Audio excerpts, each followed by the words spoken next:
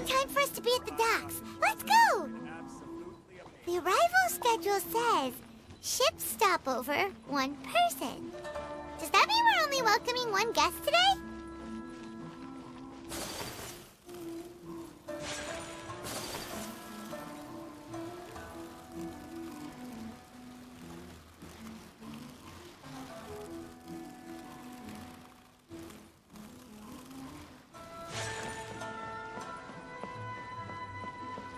Look! That figure on the wharf! It looks like Kazuha!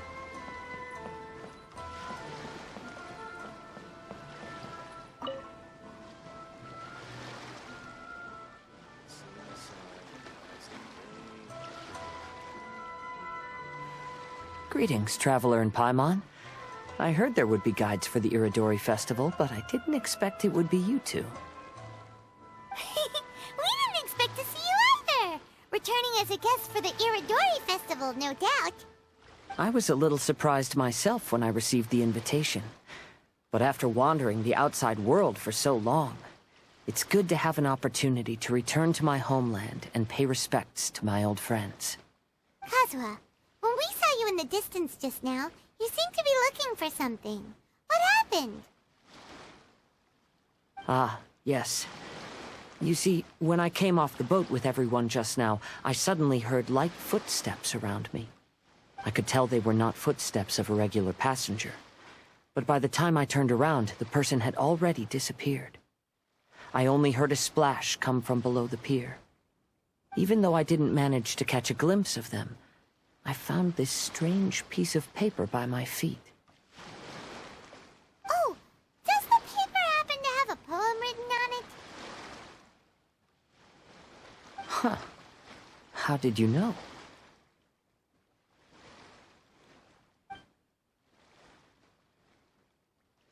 Fascinating. It's almost hard to believe such things could happen. Sure, here it is. Please, have a look.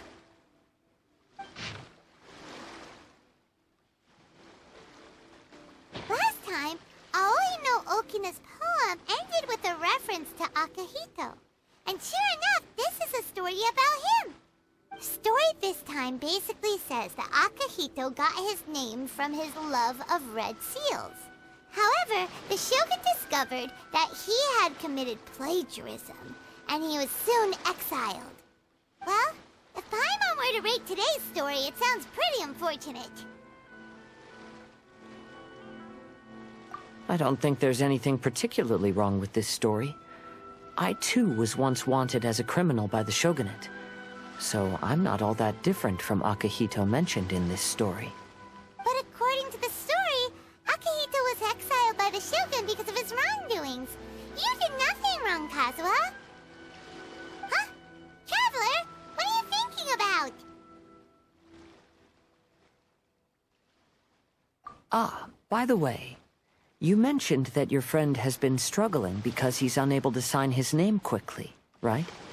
In Liyue and Inazuma, there is a saying, that which has been stamped has also been signed. Perhaps using a seal could be a feasible solution. While sailing at sea, I sometimes carve things to pass the time. If you wish to create a stamp for his seal, I might be able to help. Wow, that's an idea! Quick, let's go tell Albedo!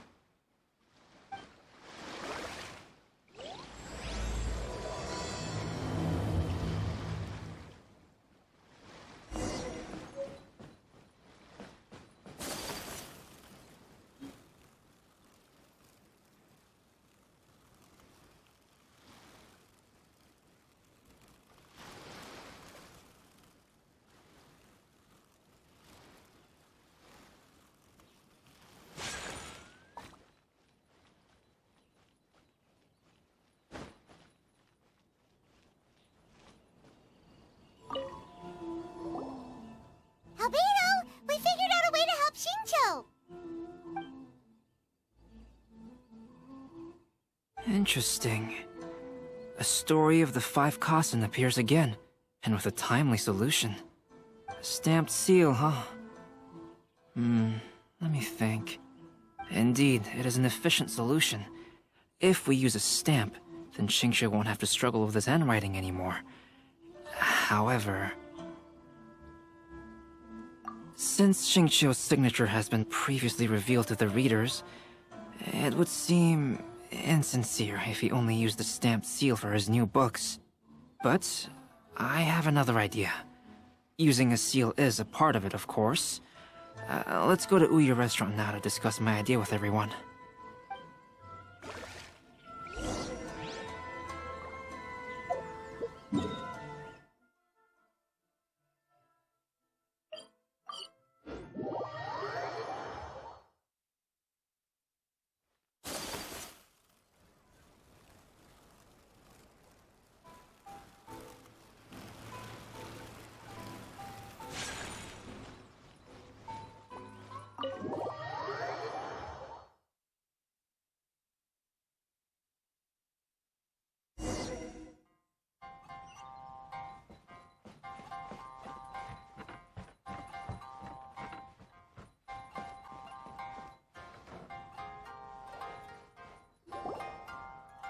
Yes, that's it, Jinyu.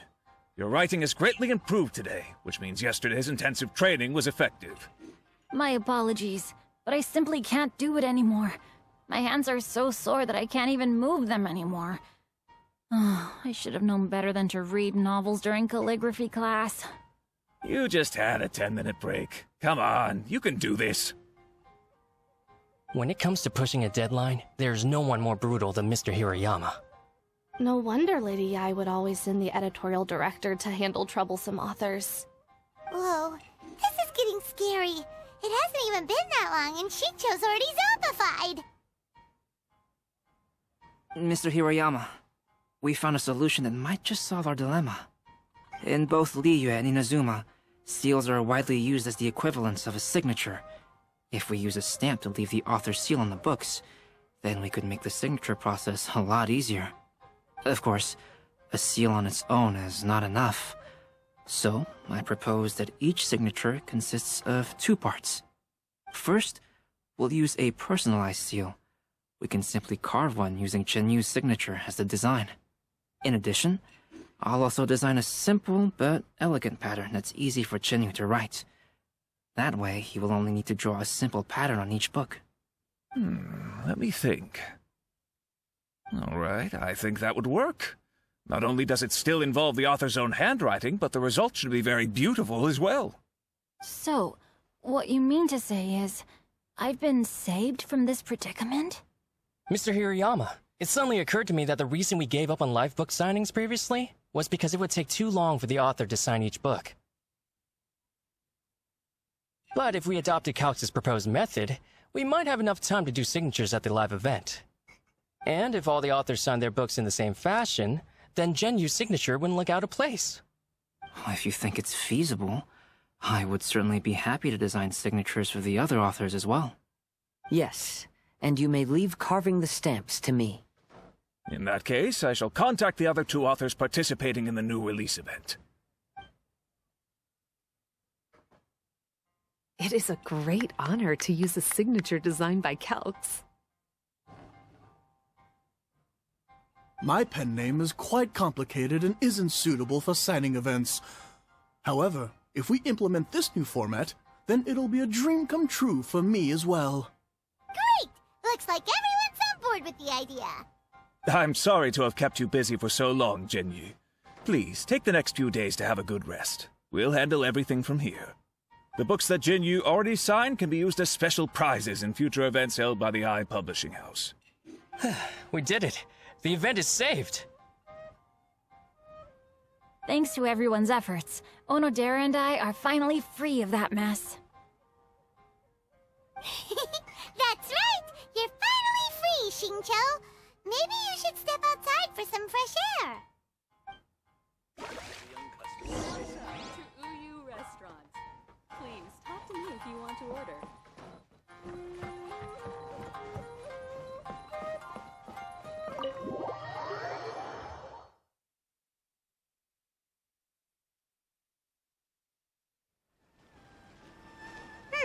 We still have some time to burn. Where should we go next?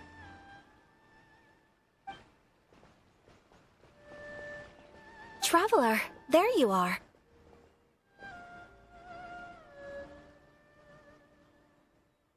Oh, it's Ayaka! And Venti! That's an interesting combo. I was just going to the festival venue to prepare the Ikebana lesson when I found a strange piece of paper on a flower stand. This bard just happened to be close by at the time. He informed me that you've also found similar papers recently. As such, we came together to find you two. But the paper she found isn't quite the same as the ones we found before. Here's the paper. Please, have a look.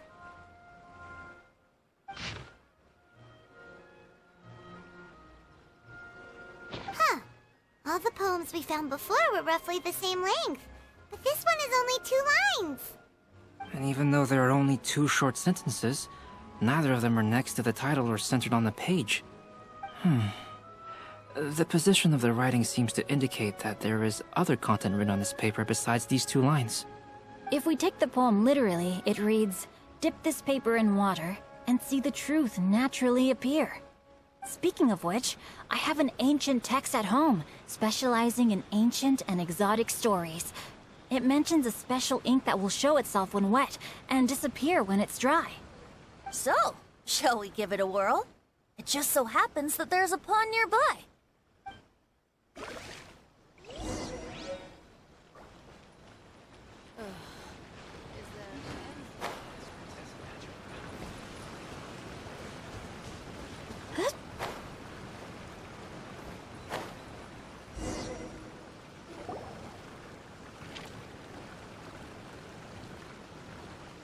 Wow, look! It's really working! More words have appeared on the paper! Let Paimon see what it says.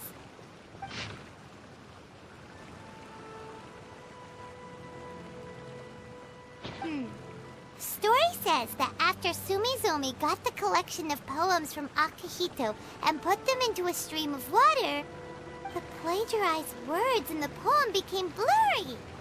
Huh? Why would that happen? You see, Paimon, in the past, when printing was not yet well developed, handwritten text could easily become smudged in books when exposed to moisture. To ensure the text lasted longer, they'd either write using a special ink or coat the paper's surface with a waterproof coating once the writing was finished. Such special inks are time-consuming and laborious to produce, and the waterproof coating could also prove just as difficult. However, since Akihito's poetry collection was an important gift to be presented to the shogun, surely one of those 2 methods was used to protect it. But as for the plagiarized poems, not only would they lack Akihito's seal, but the words would also react differently when exposed to liquid.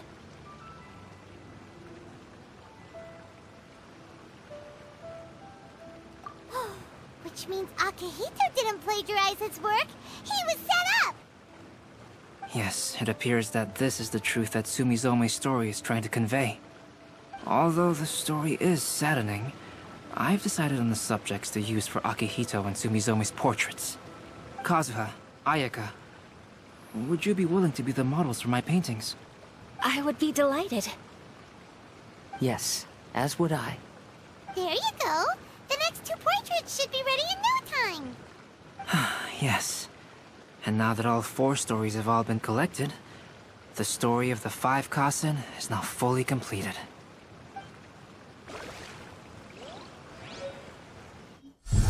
Long ago, Inazuma had 5 legendary poets.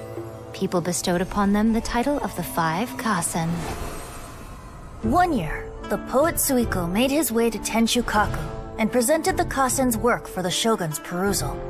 But a page from the works of Aoi no Okina had been torn out, and Suiko was questioned regarding the matter.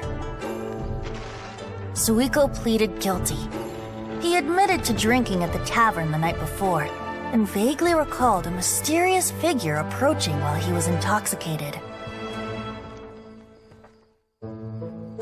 That figure was none other than Aoi no Okina himself. This turn of events had begun with an unnamed individual, under whose coercion, Aoi no Okina was forced to take drastic measures to retrieve a page of poetry. He knew nothing of this individual's true intentions. All he knew was that the poem had to do with an old acquaintance, Akahito. Akahito had once belonged to the 5 Kasen. Each poem he composed, he marked with a scarlet red seal, hence the Aka in his name. Such a distinguished writer was he, and yet one of the poems he had submitted the previous year was found to be plagiarized. Akahito was exiled for his crimes, and only 4 of the 5 Kasen remained. Sumizome went over Akihito's poems and noticed that the plagiarized poem lacked his seal. She immersed his poetry in a stream nearby, and only on the plagiarized poem did the ink run. Aoi no Okina passed by and witnessed Sumizome's doing, which he then recorded in a poem.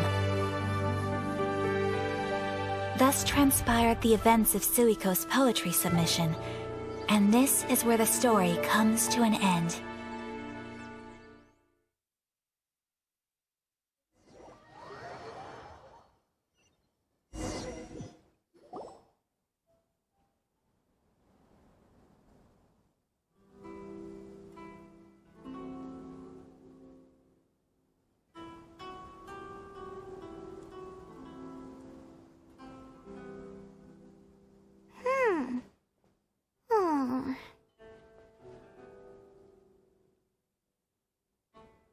Yeah. Ever since we completed the story of the 5 Kasen, there's still one thing Paimon hasn't been able to figure out. One of the 5 Kasen is called Kuranushi, right? It's just that, how could the story of the 5 Kasen finish without him appearing at all? Oh, have you really not noticed? Huh? Not noticed what? This is no time to be playing games, Tone Deaf Bard! What he means is that the story of Kuronushi was already embedded within the 4 poems. Huh? Really? That's right. The key lies in the poem that Aoi no Okina wrote after seeing Sumizome rinsing the poetry collection. An average person could never understand the scene of a young girl washing Akahito's poetry collection in a stream. Even Aoi no Okina couldn't figure out the meaning behind Sumizome's actions. He was simply reminiscing and thinking about his old acquaintances. However, for the perpetrator who framed Akahito, it was completely obvious. He was worried that if this poem was seen by the Shogun, then the Shogun could discover the truth behind the plagiarism incident. If that happened, then he'd be finished. So, in desperation, he threatened Aoi no Okina to make him tear out this poem. Which means, the one who threatened Aoi no Okina is the same person that framed Akahito! What? Kuranushi? That's right. Though there are only 4 poems, they still managed to tell the complete story of all 5 Kasen. Since the Shogun mentioned in the poems is certainly not the one of the 5 Kasen, the only character left is the mysterious one with an unknown identity. Oh, okay. Paimon is finally starting to get it now. However, this also brings something else to mind. The story of the 5 Kasen has more or less reflected everything that's been happening around us lately. Which begs the question, is there a Kuronushi in our world as well? A Kuronushi? In our world? Speaking of which, I wonder if our dear Kazuha has come up with anything. Oh, right! Kazuha! He's been pretty quiet this whole time. Let's ask him! Line early to buy your special edition drinks! Festivals always attract so many people. Hey, Kazuha! Are you okay? You've been standing in front of this blank canvas for a while, and you don't look so good. Apologies for making a wild assumption, but has the story of the 5 Kasen reminded you of anything? Yes. A few things did come to mind, actually. However, they were nothing more than some past incidents regarding my family. I don't mind sharing the stories, but I'd prefer not to bring you any more trouble. Hey, we're all friends. friends here, Kazuha. You can always tell us whatever's on your mind. Kaidehara, please forgive my assumption, but perhaps you were thinking of the Raiden Gokuden? The Raiden Gokuden? What's that? It appears that Miss Kamisato and I were thinking of the same thing. But it also has much to do with the Yashiro Commission. It would be improper to speak of it here without the consent of Miss Kamisato. It's fine. Those of us here are all trustworthy, so there isn't any harm in it. However, this matter is somewhat complicated and may be difficult to explain. Let me start with the Raiden Gokuden. As you all know, the Yashiro Commission's primary purpose is managing ceremonial and cultural affairs, and Inazuma's art of forging swords is a very important part of our culture. The Raiden Gokuden were once the top 5 schools of the forging art in Inazuma. Although these families were swordsmiths by craft, they also held many important positions in the Yashiro Commission. Unfortunately, of the 5, only the Aminoma art still maintains its artisan lineage. The descendants of the Ishin art are also still alive, but the craft has been lost to time. The descendants of the Ishin art are none other than the Kaidehara family. Whoa! We knew Kazuha came from a noble family, but we had no idea about his connection to the Yashiro Commission and sword-making. Yes, but that's all part of the past now. The Ishin art was lost with my great-grandfather's generation. My grandfather was dissatisfied with my great-grandfather's lack of effort. When he was young, my grandfather traveled all over Teyvat to find a way to revive the family business. But it was to no avail. And in my generation, our last remaining family property was lost as well. I heard my elder brother mention that the decline of the Raiden Gokuden happened very rapidly. In the span of a few decades, 3 of the families suffered various misfortunes and disappeared completely. Later, there was speculation that all of these misfortunes stemmed from some background machinations, meaning that someone wanted to wipe out the Raiden Gokuden. However, since not every family of the Raiden Gokuden came to ruin, such explanations were treated as nothing more than a conspiracy theory. Indeed. I've also believed such ideas were just theories and rumors. However, I know that a major incident happened to my great-grandfather when he was young. Not only did it affect the Kaedehara clan, but it nearly jeopardized the Kamisato clan's position in the Yashiro Commission as well. After reading the story of the 5 Kasen, I can't help but feel like it's pointing me toward the truth behind that incident. What exactly happened to your great-grandfather, Kazuha? I still can't say. I need to speak with someone to verify the details. Let's meet here again at noon tomorrow. I will tell you everything I know then.